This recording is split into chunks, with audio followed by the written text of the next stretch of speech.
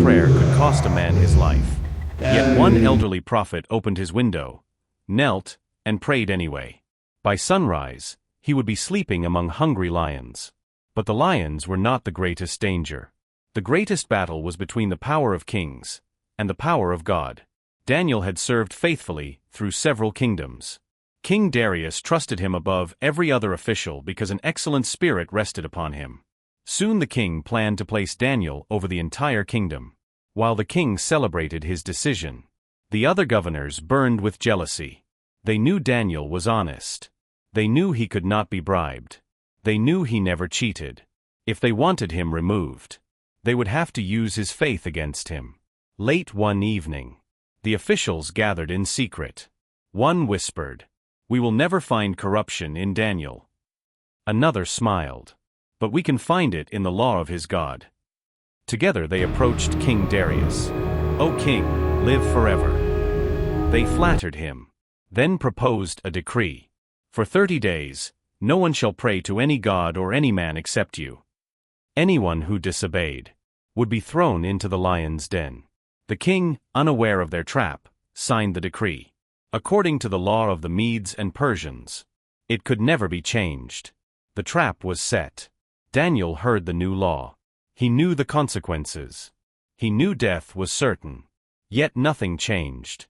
He went home, opened the windows toward Jerusalem, knelt on his knees, and prayed 3 times that day, just as he had always done. His faith was stronger than fear. The conspirators were waiting. The moment Daniel prayed, they rushed inside. They had their evidence. Immediately they went to the king. "Did you not sign the decree?" The king answered, "I did." "Daniel has ignored your command." The king's face fell. He realized too late. He had been deceived. All day long he searched for a way to rescue Daniel. But the law could not be changed. As evening came, his heart broke. Soldiers led Daniel toward the den. Massive lions roared beneath. The king looked into Daniel's eyes. "May your God, whom you serve continually, deliver you." Daniel was lowered into darkness. A huge stone sealed the entrance. The king's seal was placed upon it. No one could rescue Daniel now. Only God. Back at the palace, no music played. No feast was served. The king refused food. Sleep would not come. Every roar from the lions echoed in his mind. He waited for morning. At dawn, the king ran to the den. His voice trembled.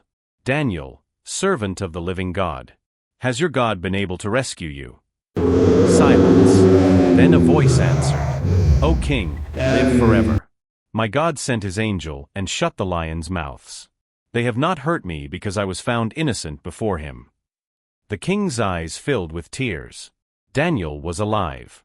Not one wound covered his body. Because he trusted in God. Daniel was lifted from the pit. Then the king gave another command.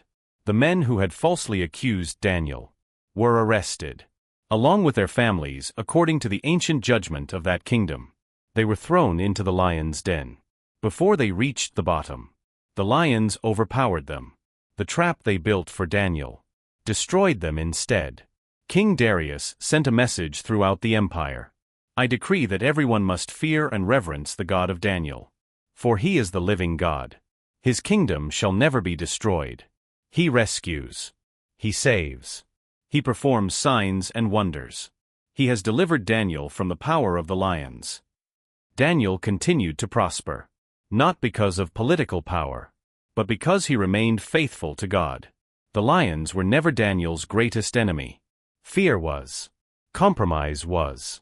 But faith proved stronger than every conspiracy.